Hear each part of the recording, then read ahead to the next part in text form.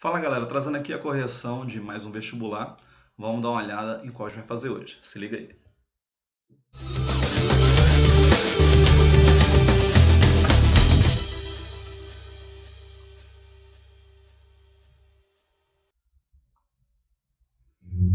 Então vamos lá pessoal, mas antes de começar, senta o dedo nesse like, se inscreve no canal, ativa as notificações e compartilha com a galera. Aqui hoje pessoal, a gente vai fazer a correção da parte de matemática do vestibular da UEL, Universidade Estadual de Londrina, como sempre a gente coloca ali no canto para vocês, vestibular de 2022. Lembrando que a prova, para quem não conhece desse vestibular, eles não fazem diferenciação na ordem das que as questões são apresentadas, de tipo 1, tipo 2 e assim por diante. A diferenciação da prova em relação aos tipos é só em relação à língua estrangeira, que lá eles têm 3 opções. Você pode fazer a língua estrangeira em inglês, espanhol ou francês, ok? A prova em si ela é apresentada como conhecimentos gerais, então as questões não vêm ordenadas. Vocês vão acompanhar aqui na nossa numeração, que é a numeração que estava presente na prova, então, por exemplo, nossas questões de matemática não estavam em ordem, beleza? Então, vamos lá. Ok, pessoal, aqui a gente tem já a primeira questão da parte de matemática, que era a questão de número 2, que falava o seguinte, acompanha aí. Leia o texto a seguir.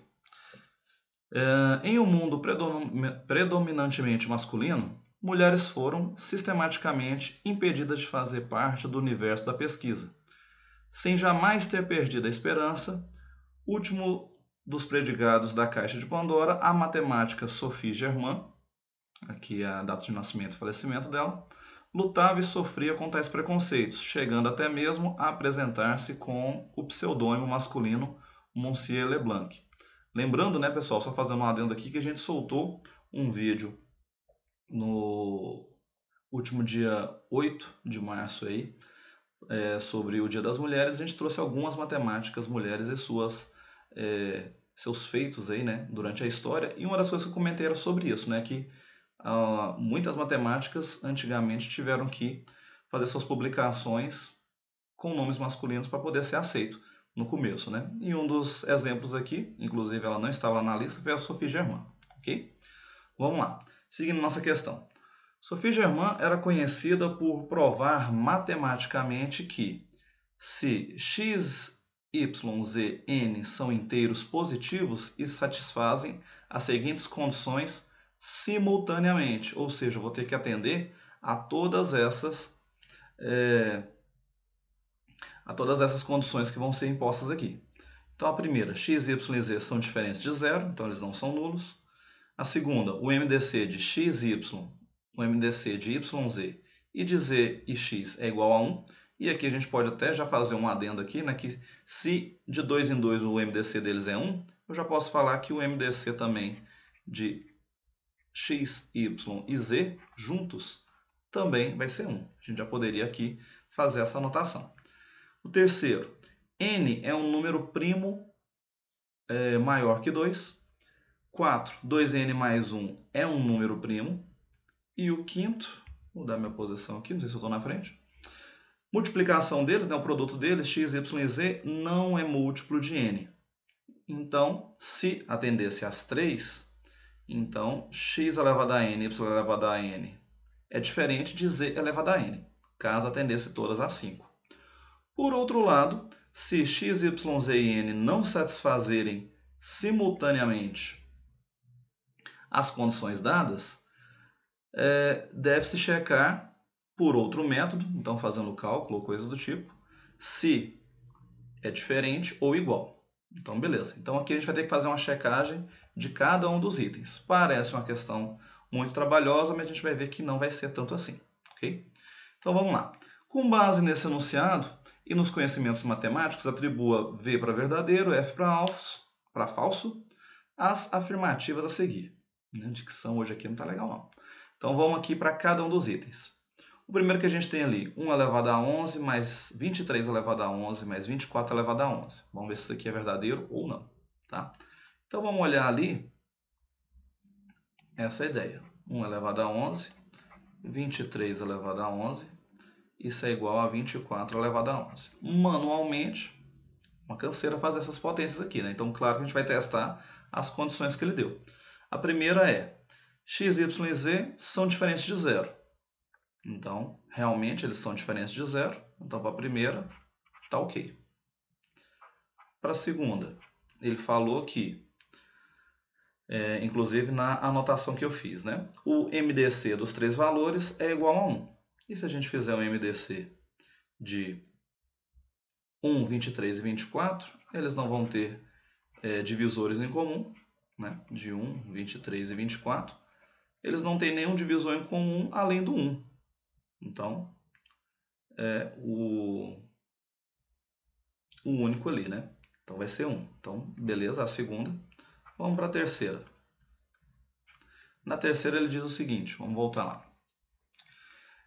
N, que no caso é o expoente, né? N é um número primo maior que 2. Então, realmente, 11, ele é primo e ele é maior que 2. Então, até aqui tá beleza. Nossas condições. Vamos olhar a quarta, que nos traz o seguinte. 2n mais 1 é um número primo, lembrando que n é nosso expoente, né? Então, 2 vezes 11, que é o nosso n, mais 1. 2 vezes 11, 22, mais 1, 23. Realmente, 23 é um número primo, tá ok. E a quinta condição é que o produto entre eles não é múltiplo de n. Lembrando ali, né, que a gente tem aquela negação, cuidado. Então, o produto entre eles não é múltiplo de 11 no nosso caso. Então, quando a gente fizer aqui 1 vezes 23 vezes 24, a gente vai ter 552. E esse número, vamos voltar aqui à nossa posição para não tampar, 552, e ele realmente não é múltiplo de 11. Né? Por quê? O 11, para a gente fazer isso com mais calma, o 11 não divide 23 e não divide 24. E nem 1. Então, se ele não divide esses múltiplos, que dá 552, ele também não divide aquilo ali. Então, as 5 condições foram satisfeitas. Porém, aqui é que mora o perigo, né? As 5 condições foram satisfeitas e quando ele fala que isso acontece, olha lá, vamos até deixar marcado só ele ali. O que vai acontecer? Tem que ser diferente, né? X elevado a n mais y elevado a n diferente de Zn. E aqui a gente tem uma igualdade. Então, por isso, essa questão é falsa. Esse item é falso, ok? Por mais que ele cumpriu todas as 5 condições, mas aqui a gente tem uma igualdade. E ele falou que tem que ser diferente, beleza? Vamos para a segunda. 3 ao quadrado mais 4 ao quadrado igual a 5 ao quadrado. Esse daqui a gente nem precisa testar as condições, né? Por quê? Esse resultado aqui, a gente sabe. Vamos colocar aqui na outra tela para ficar legal. 3 quadrado mais 4 quadrado igual a 5 quadrado, a gente sabe aqui que são os termos pitagóricos, né? São os valores pitagóricos que acontecem ali. E a gente sabe que 9 mais 16 realmente é igual a 25. Então, essa daqui é verdadeira, eu não preciso testar os resultados. Então, vamos colocar essa daqui verdadeira. O terceiro, 67, 71 e 79. Vamos testar esses valores aqui. O terceiro item. Para a gente não confundir lá, vou colocar com outra coloração. Vamos lá. 67, 71 e 79. Todos eles estão elevados a 5. Também um pouco trabalhoso, né? A gente testar aqui essas potências. Então, vamos fazer o caminho que a gente fez com o primeiro item. Vamos ali testar os valores. Então, o que a gente tem ali? A primeira ideia que eu tenho que testar. Eles são diferentes de zeros, ok. O MDC deles é igual a 1, também vai estar ok, né? O primeiro item, eles estão diferentes de zero. O segundo, o MDC entre esses três valores também vai ser, vai ser igual a 1, aliás, porque eles não têm divisores em comum. Então, o MDC de 67, 71 e 79, ele é igual a 1, beleza. O terceiro item, o que ele pediu para a gente testar? Se, vamos voltar aqui na pergunta, né? Se n é um número primo maior que 2. Lembrando que n é sempre o nosso expoente. Então, 5, sim, ele é primo e ele é maior do que 2, beleza. No quarto, ele pede para a gente testar que 2n mais 1 é um número primo. Então, lembrando se o nosso n é 5. 2 vezes 5, 10, mais 1, 11. 11 é primo, também está ok. E o quinto termo é que o produto deles não é múltiplo do nosso n, que é o expoente. Então, o produto de 67, 71 e 79, que ele não seja múltiplo, do nosso caso aqui, do 5, né? Que ele não é múltiplo de 5. Isso também é verdade por quê? Porque nem 67, nem 71, nem 79 tem valores ali que são múltiplos do 5. Então, esse daqui também está verdadeiro. Todos os itens verdadeiros, ele usou o sinal diferente, que é o que o enunciado nos coloca. Então, esse item aqui é verdadeiro. Só olhando para esses três, a gente já faz aqui algumas eliminações. Olha lá. Eu já posso descartar o item A, que começa com V, está fora. Item B também.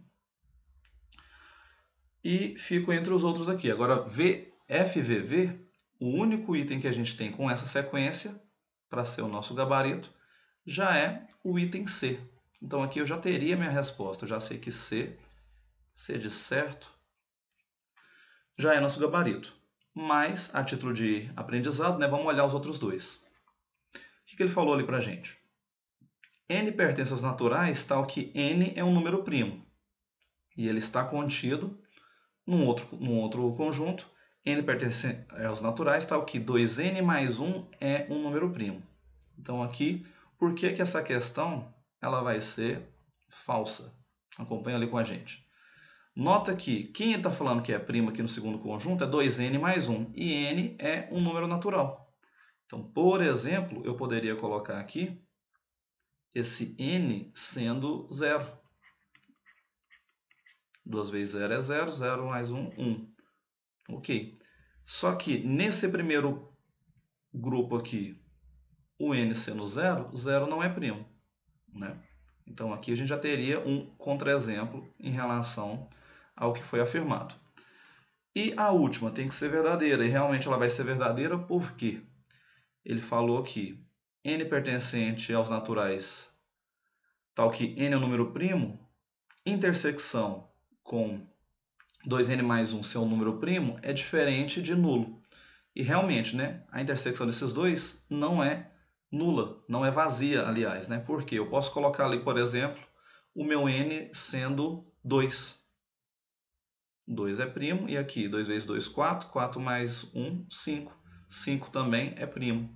Então, se eu já mostrei um elemento, todo o restante ali já cai por terra, né? Quer dizer, ele realmente é diferente de zero, diferente de nulo, aliás, como a gente colocou ali, ok? Então aqui a gente tem nosso gabarito e a gente olhou todos os itens. Vamos para a próxima. Na ordem ali, a próxima questão era de número 13. Acompanha aí. Ele falava assim: em 2020, o Instituto Brasileiro de Geografia e Estatística, famoso IBGE, apresentou a segunda edição do estudo Estatísticas de Gênero, Indicadores Sociais das Mulheres no Brasil, com informações fundamentais para a análise das condições de vida das mulheres no país.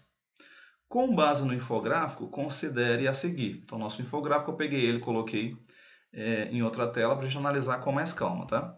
Mas vamos julgar cada um dos itens. E ele falou o seguinte: comparando-se os cargos gerenciais ocupados por homens e mulheres, houve uma diferença de 35,2 pontos percentuais em 2020.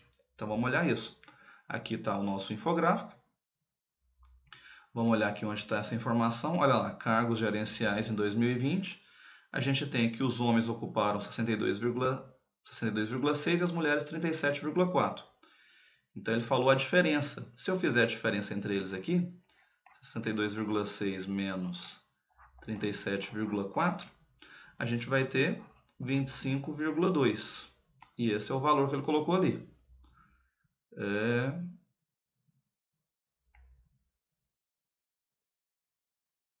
25, vamos olhar ali se eu fiz a continha certa ali de cabeça. 35, né? Perdão. 35,2, beleza. 35,2 que é o que ele afirmou, né? Tinha olhado ali um gabarito e falado outra coisa. Mas realmente ele afirmou que era 35,2. Então a primeira parte da frase está ok. E a segunda parte ele fala o seguinte: as mulheres eleitas vereadoras nas câmaras municipais possuem representatividade de 84%. Vamos olhar isso. Então a representatividade. Mulheres, agora olhando outra coisa, né? Mulheres vereadoras é 16%. Ele falou que é 84%, enquanto 84% são os homens, né? Esse resultado aqui, pessoal, eu acho que era 25 mesmo, quer dizer, acho não, tenho certeza, né? Rolou um equívoco aqui, mas é 25,2. Então, esse primeiro item, ele é falso em todos os sentidos aí, né? Nas duas frases aí, ele não colou, ele vai ser falso. Vamos para o segundo item. Agora que eu ajeitei ali, vamos lá. No segundo item, ele fala o seguinte: no ensino superior em 2019, as mulheres apresentam taxa de frequência maior se comparada aos homens. Então vamos olhar isso. Ensino superior, 2019. A gente tem aqui. A dos homens é 21,5, das mulheres 29,7. Então realmente das mulheres é superior. Vamos para a segunda frase. Em relação às mulheres entre os docentes do ensino superior nos anos de 2003 a 2019, houve um aumento de 3,6 pontos percentuais. Então vamos olhar. Você teve esse aumento aí entre quais os anos mesmo? 2003 a 2019. Então se a gente olhar lá, 2003, 43,2, 2019, 46,8. Então se a gente fizer ali o 46,8 tirando o 43,2, realmente essa diferença vai dar o 3,6 que ele tinha dito. Então a gente tem aqui esse item como verdadeiro. Beleza. Entre 2011 e 2019, a taxa anual de mortalidade de meninas com menos de 5 anos de idade foi reduzida em 4,4 pontos percentuais, indicando melhoria nas condições de saúde na primeira infância. Então tá. Entre 2011 e 2019, a taxa de mortalidade de meninas com menos de 5 anos de idade. Vamos olhar aqui no nosso gráfico sobre isso, no infográfico. Nota que aqui, vamos até dar um zoomzinho para melhorar, ele fala, ó, pessoas com 15 anos ou mais de idade. E ali a nossa pergunta, ele falou que a taxa de mortalidade com meninas de menos de 5 anos. Então não é isso aqui que a gente está olhando. A taxa de mortalidade com meninas de menos de 5 anos. Beleza. A gente vê ali que ele foi de 17,2 a 12,8. Então ele caiu nesses anos. Né? Ela foi reduzida e essa diferença é 4,4. Porque a gente tem ali de 17,2 a 12,8. Então essa diferença entre eles realmente 4,4, ok? Então a gente tem nosso terceiro item ali também, verdadeiro. Vamos colocar ali. E por fim, o quarto item. Que era isso que eu queria já fazer um adendo ali, mas vamos olhar com calma. Ele falou, embora a população, lembrando, antes de tudo, galera, ele falou ali na pergunta, ó, com base no infográfico. Então, tudo é ligado ao nosso infográfico, ok? Eu tenho que analisar em cima dele. E ele falou, embora a população feminina com idade igual ou superior a 15 anos seja maior que a masculina. E aqui o que a gente tem? Pessoas com 15 anos ou mais de idade. Vamos seguir lá. Aí ele falou, voltando aqui à pergunta correta. Embora a população feminina com idade igual ou superior a 15 anos seja maior que a masculina, a taxa de participação das mulheres na força de trabalho é 19,2 pontos menor que a dos homens, mostrando que esses estão mais inseridos no mercado de trabalho. Agora olha com calma aqui essa parte esquerda do nosso infográfico. Ele falou, estruturas econômicas, participação em atividades produtivas e acesso a recursos. Taxa de participação nas forças de trabalho. Eu tenho 73,7 dos homens, 54,5 das mulheres. Se a gente faz essa diferença entre eles aqui, 37,3 menos 54,5, a gente vai ter 19,2, igual o texto trouxe, sem problema algum, só que aqui ele está falando que o nosso infográfico representa pessoas com 15 anos ou mais de idade. E o começo da nossa pergunta ali, do item 4, ele falou: a participação feminina com idade igual ou superior a 15 anos seja maior que a masculina. Em momento algum, o infográfico traz essa informação, né? Se ele não trouxe isso, por causa dessa parte, seria uma questão que caberia ali um recurso. Mas para a gente ter um gabarito válido aqui, esse item nosso fica verdadeiro por causa da segunda parte da pergunta. Então, a gente tem ali como resultados quais são as verdadeiras: o segundo, terceiro e quarto. Então, nosso gabarito seria a letra E. É de eu consigo, eu estou aprovado, eu conseguiria fazer essa questão, ok?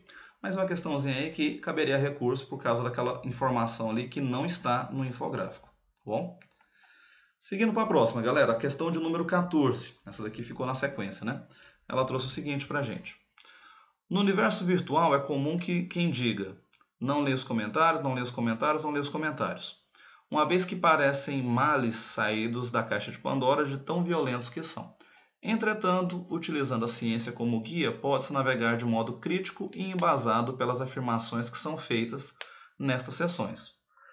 Com base no texto e nos conhecimentos matemáticos, considere as afirmações a seguir.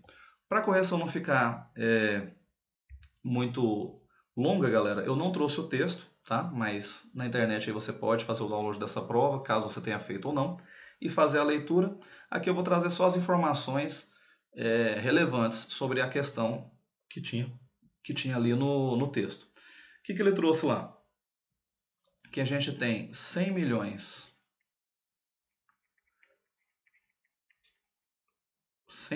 de mulheres no total, ou seja, todas as mulheres que ele estava tratando lá era sobre isso, tá? 100 milhões de mulheres. E a outra parte que ele trouxe lá, falando sobre uma questão das mulheres serem vítimas em alguns assuntos, é que 17 dessas 100 milhões, 17 milhões são vítimas dessa questão que ele trata no texto. 17 milhões são vítimas.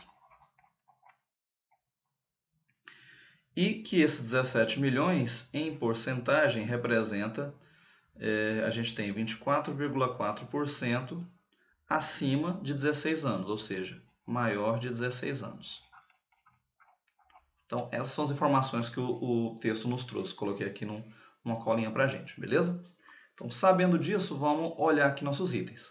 O primeiro ele fala o seguinte: a probabilidade de se escolher ao acaso, dentre as mulheres de todas as idades em território brasileiro, uma vítima representa pela pesquisa 17%. Então tá, vamos olhar isso daqui. O que a gente sabe sobre isso? Deixa eu organizar aqui. O que a gente sabe sobre isso, né? Olhando o primeiro item. Probabilidade é sempre os casos favoráveis sobre os casos totais. O que eu quero sobre o todo. O que eu quero são as que são vítimas, então são 17 milhões, sobre o total que são 100 milhões. Então isso aqui realmente é 17%, ok? Então essa daqui está verdadeira. Nosso primeiro item ali, ok. Está certo. Vamos para o segundo. Ele fala: ao noticiar que 1 em cada 4 mulheres acima de 16 anos foi vítima de algum tipo de violência durante a pandemia, infere-se, ou seja, inferir é você saber medir, você saber calcular sobre aquilo ali, tá? De uma forma bem simples, cara, tá? Infere-se que todo brasileiro conhece a cada 4 mulheres de seu entorno, uma que tenha sofrido, aliás, violência nas condições pesquisadas. Aqui é o famoso achismo, né, pessoal? Isso daqui é o famoso fonte voz da minha cabeça. Por quê? Pode ter uma pessoa que não conhece nenhuma e pode ter uma pessoa que conhece 3 que foram vítimas. Então, não tem como se calcular isso daqui. Então, essa daqui é falsa, essa afirmação. Vamos para a terceira, que diz o seguinte: a reportagem noticia que 24,4% das mulheres do segmento pesquisado representam 17 milhões de vítimas do que se conclui. Então, até ali, ok. 24,4% das mulheres do segmento pesquisado, que são aquelas que foram vítimas, representam 17 milhões de vítimas. Do que se conclui que o estudo está equivocado. Ele vai estar correto, né? Por quê? Pois este percentual representa 24,4 milhões de mulheres. Ele está fazendo ali uma confusão, né? Pegando essa porcentagem, querendo jogar sobre o total. Só que ele falou, 24,4% das mulheres que foram entrevistadas nessa reportagem, ou seja, seria dos 100 milhões, sendo que o texto não traz isso. A parte que o texto traz a porcentagem, como eu falei no início da questão, é que 24,4% daquelas 17 milhões de mulheres que foram vítimas têm acima de 16 anos. Então essa questão também está falsa. O estudo não está equivocado, está correto. E por fim, o item 4, que fala: a autora aproximou 24,4% por 25% ao utilizar a expressão uma em cada 4 mulheres. Caso escolhesse aproximar 24,4% para 24%, escreveria 6 a cada 25. Então vamos lá, vamos olhar esse 24%. 24% ou 24 sobre 100. Se a gente simplificar aqui por 4, a gente teria 6 sobre 25. Então 6 a cada 25 mulheres. 6 em cada 25 mulheres, como ele disse ali. Então essa é uma alternativa verdadeira.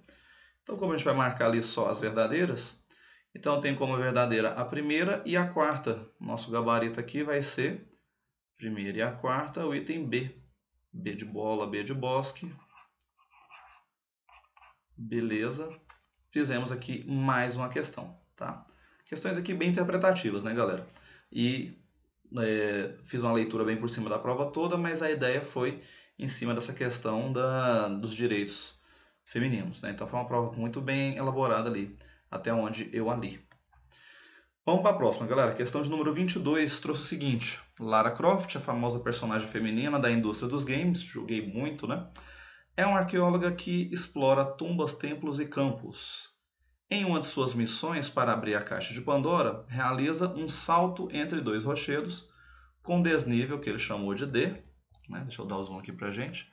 Desnível ali que ele chamou de D, separados por um poço em chamas.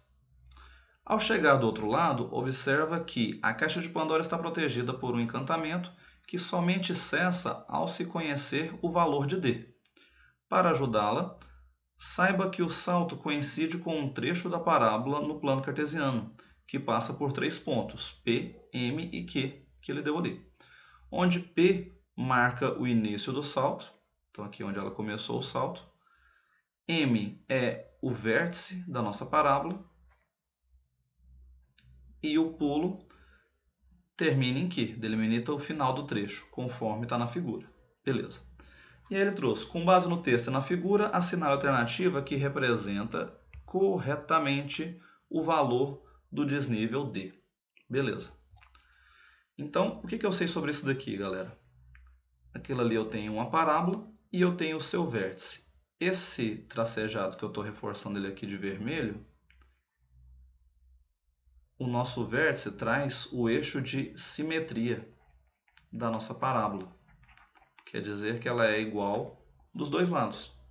Então aqui o 13 é uma das raízes, porque ele está em cima do eixo x, então eu vou chamar de x2, raiz 2, porque a outra está aqui para trás. Se eu continuasse aqui, eu ia ter a minha raiz, que eu vou chamar de x1. E se eu tenho esse eixo de simetria, quer dizer que a distância é idêntica. Então se eu tenho aqui de 5 até 13, a distância ali, 13 menos 5, fica sendo 8. Então, a distância do eixo de simetria do vértice até a próxima raiz também é 8. E de 5 voltando 8 unidades, eu tenho ali menos 3. Então, já tem agora as duas raízes, trabalhando com essa ideia de eixo de simetria. Ok? Então, um primeiro rabisco que a gente poderia fazer dessa questão seria isso. Já tem as duas raízes, x1 e x2. Vamos anotar isso daqui. Vamos colocar aqui nossas raízes. Eu tenho que x1 é menos 3, x2 é 13. Já que ele falou que aquilo ali é uma parábola, vamos anotar também, né, que aquilo ali é uma função de segundo grau, onde ela pode ser escrita por ax² mais bx mais c. Beleza. Então tá, já que eu tenho essas duas raízes, uma forma de escrever essa forma genérica dela, utilizando as raízes, utilizando a ideia das raízes de forma fatorada, seria o meu f de x, que é um a que multiplica x menos x1, multiplicando x menos x2, minhas duas raízes da parábola. E a gente tem esses valores, né? Então eu ficaria aqui com f de x igual a 1a que multiplica x menos o menos 3 fica mais 3, e x menos a segunda raiz, que é 13. Então eu ficaria com essa informação até aqui. E para descobrir o valor desse a, eu posso jogar qualquer um dos pontos que ele nos deu. Por exemplo, aqui eu vou pegar, deixa eu ver o que eu vou usar aqui no meu rascunho, eu vou usar o ponto M, vou usar o vértice, que é 5 e 10. Então, quando o x vale 5, o f de x, que é o nosso y, vale 10. Eu vou fazer isso. Então, aqui 10, que vai ser igual a que multiplica 5 mais 3, e 5 menos 13.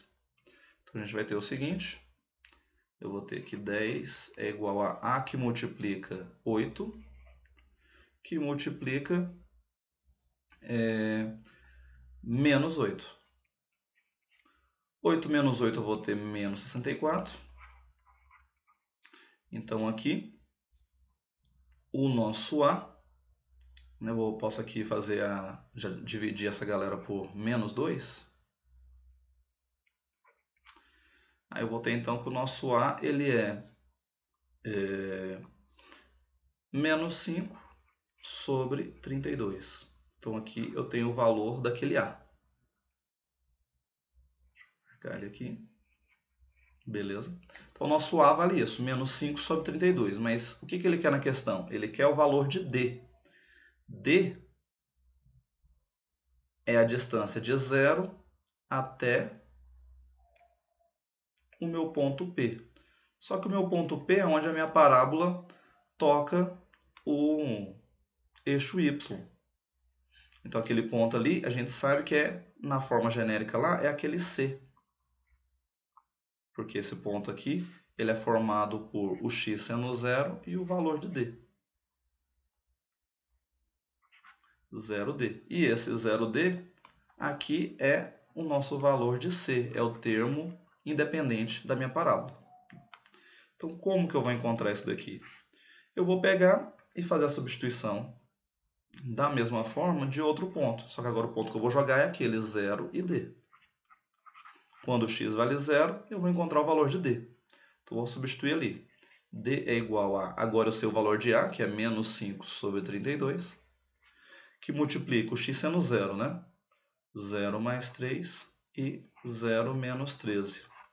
Somar e subtrair por 0 não muda o valor, então eu vou ter que o D vai ser menos com menos mais, até porque é uma distância, né? Vai ficar positivo. 5 vezes 3, 15. 15 vezes 13, deixa eu ver se eu tenho isso aqui anotado, para a gente não perder esse tempo, é 195 sobre 32, fazendo aquela multiplicação. 195 sobre 32, voltando lá e olhando para o nosso gabarito, não são os que estão ali, eu estou um pouquinho na frente, aqui o nosso gabarito é letra E, de eu consigo, eu dei conta, eu estou aprovado. Então a questãozinha aí, legal. Teria outros caminhos para resolver? Claro que sim, mas esse daqui foi o menos trabalhoso que eu vi. Caso você tenha feito por outra forma, ou enxergar de outra forma, coloque nos comentários que eu quero ler como seria a sua resolução dessa e das outras questões, beleza, galera? Vamos aqui para a próxima, da parte de matemática, que tinha esse daqui. A questão de número 27 falava o seguinte: leia o texto a seguir. Zeus encarregou Hefesto e Atena de criar Pandora, primeira mulher a viver com os homens na Terra.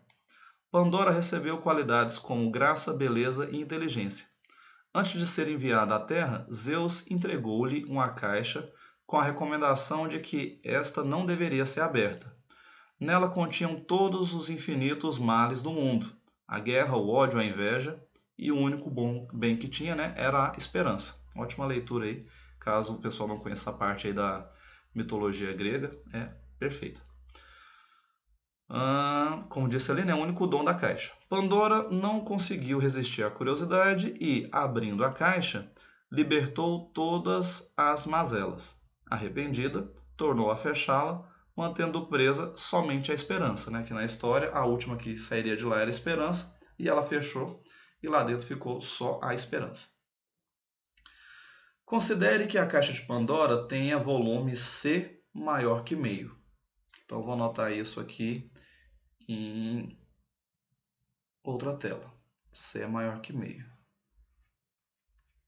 Beleza? Voltando lá. Admita que a esperança possua volume V0. Além disso, ao abrir a caixa, Pandora observa que os males saem um por vez, conforme uma sequência infinita, de modo que cada enésimo mal possua um volume Vn associado com os n pertencente a 1, 2, 3, admitindo que V1 é 1/4 e que Vn mais 1 é o Vn, ou seja, o anterior, dividido por 2. Então, o que está falando ali? V0 nós não sabemos. Aí ele falou que V1 é 1/4. V2 ele vai ser V1 dividido por 2. Ou seja, 1/4 dividido por 2 ele vai ser 1/8. V3, seguindo a mesma ideia, ele é 1/16 e assim de forma infinita. Deixa eu sair da frente aqui. E assim de forma infinita, ou seja, aqui a gente tem uma PG, onde a razão dessa PG é meio, né? 1/16 dividido por meio, eu tenho o termo anterior. Aqui dividir por meio, eu tenho o termo anterior. Então a minha razão é meio. A minha razão está entre 0 e 1. Então só de olhar isso daqui, eu já sei que a nossa PG ela é decrescente. Ok, só analisando essas informações iniciais. Vamos lá. O que mais que ele trouxe? Embora mitológica, a caixa de Pandora obedece a um princípio básico. A soma dos volumes V0 até Vn de todos os seus elementos é menor ou igual a C. Então, se a gente está falando de uma PG, ela é a soma infinita da PG. Ok. Sobre V0, V1, V2 e Vn, atribua V para verdadeiro, F para falso nas afirmações a seguir, que são essas aqui. Primeira coisa que ele trouxe. V0 é menor ou igual a C menos meio. Vamos anotar isso.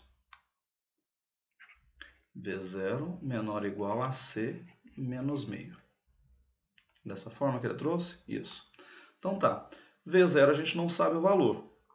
Mas ele falou que aquilo ali é uma soma infinita do restante da nossa PG. Né? E a soma infinita da PG, como que a gente pode apresentar essa soma? A soma infinita da PG, eu posso olhar ela como sendo o A1, que é o meu primeiro elemento, ou seja, o V1, sobre 1 menos Q, 1 menos a razão. Tá? Então, o que eu tenho ali, já que essa é a soma infinita? V0 eu não sei, só que depois da soma de V1, V2 até o meu Vn, é essa soma infinita. Então, esse pedaço aqui, eu vou substituir por aquela soma. E o V1 eu já sei o valor, já vou colocar, tá? V1 é 1/4, que divide 1 menos meio. E ele falou que isso tem que ser sempre menor do que o meio. Olha a nossa pergunta. Ele falou que considera a caixa Pandora ter um volume sempre maior que meio, aliás. Então, esse cara tem que ser maior do que meio. Então, vamos desenvolver esse pedaço. O que eu vou ter ali? Que V0 mais 1/4 que divide menos 1 meio. Esse cara ele vai ser maior do que meio. Na verdade, eu não vou substituir, eu vou deixar ali aquele C. Tá? isso tem que ser maior do que C. C tem que ser maior do que meio, como meio é a nossa razão, eu vou trocar aqui. Isso daqui tem que ser menor do que o C. Porque ele falou que o C é maior do que meio, mas se a nossa razão é meio, então isso daqui tem que ser menor do que o valor de C, ok? Então o que eu vou ter aqui, ó, 1/4 vezes, ali vai ter 1/4 vezes o seu inverso, menos 2 sobre 1. Simplificando, eu vou ter menos meio, certo? Só fazendo de uma forma mais direta. Então V0 com meio, ele tem que ser menor do que C. Então o que eu tenho ali? Isolando, né? Meu V0 ele vai ser menor do que C menos meio. Na verdade aqui esse meio é positivo, né? Ele passa negativo. Pensando no resultado, a gente pula uma etapa em outra aqui. Então, ele é menor do que C, e ele falou lá que ele tinha que ser menor ou igual. Só que o nosso C, obrigatoriamente, tem que ser maior do que 0. Então, realmente, aqui eu não posso zerar essa parte. Então, a gente vai ter ali essa alternativa como verdadeira. Então, aqui, esse cara, ele é verdadeiro. Vamos pôr aqui. Vamos para os próximos. Ele falou V1, V2 e assim por diante. Ele falou ali V1, V2 e assim por diante. Essa galera é uma progressão aritmética. Não, né? A gente já sabe que esse negócio é um APG. A gente já tinha analisado. Então, não é verdadeiro. Falso aquilo ali. A terceira, Vn é igual a n dividido por 4. Vai ser falsa também pelo seguinte. Nota que o seu n está sendo o valor do termo. Para o V1 dá certo, né? Porque o V1 é 1/4. Só que aí o V2, então ele teria que ser 2 sobre 4. E a gente viu que isso não acontece, né? O nosso V2, ele é 1/8. O V3, ele não é 3/4, ele é 1 sobre 16. Então também está falsa essa questão. VFF. Só desse gabarito, vamos dar uma olhada nos itens ali. VFF, eu já anulo a letra A, eu já anulo a letra B. E o item D também. E a letra E também, né? Na verdade, a gente já fica com o nosso gabarito. VFF. A gente já sabe que o gabarito vai ser o item C. C de certo, acertamos. Então, na hora da prova, aqui você já mataria a questão. Mas, vamos olhar as outras duas, né? Ele falou o seguinte, existe uma bijeção entre os conjuntos 1, 2 até n e V1, V2, Vn. Nota que aqui não é objeção de função, tá? É uma objeção de conjuntos. E realmente, cada conjunto de 1, 2 até n me leva a um único valor de V1, V2 e Vn. Não precisa ser necessariamente o 1 liga no V1, o 2 no V2, não precisa, tá? Mas cada elemento liga a um único do outro lado. Essa é a ideia da objeção para conjuntos. Não confunda com função. Então essa é verdadeira. E a última também vai ser verdadeira pelo seguinte. Ele falou que Vn mais 1 é menor do que Vn. Ou seja, o Vn mais 1 é o termo posterior, é o termo da frente. E um termo é sempre menor do que o seu próximo, porque a nossa PG ela é decrescente, né? O V1 ele é menor do que o V2, quer dizer, o V2 é menor do que o V1, o V3 é menor do que o V2 e assim sucessivamente. Sempre o termo posterior é menor do que o anterior. Por exemplo, né, a gente tem ali que o V2, que é 1/8, ele é menor do que o V1, que é 1/4. 1 sobre 16 é menor do que o 1/8. E assim sucessivamente, porque ela é uma PG decrescente. Então, só para finalizar ali, né, vamos marcar nossa questão. Item C, C de certo. Beleza, galera?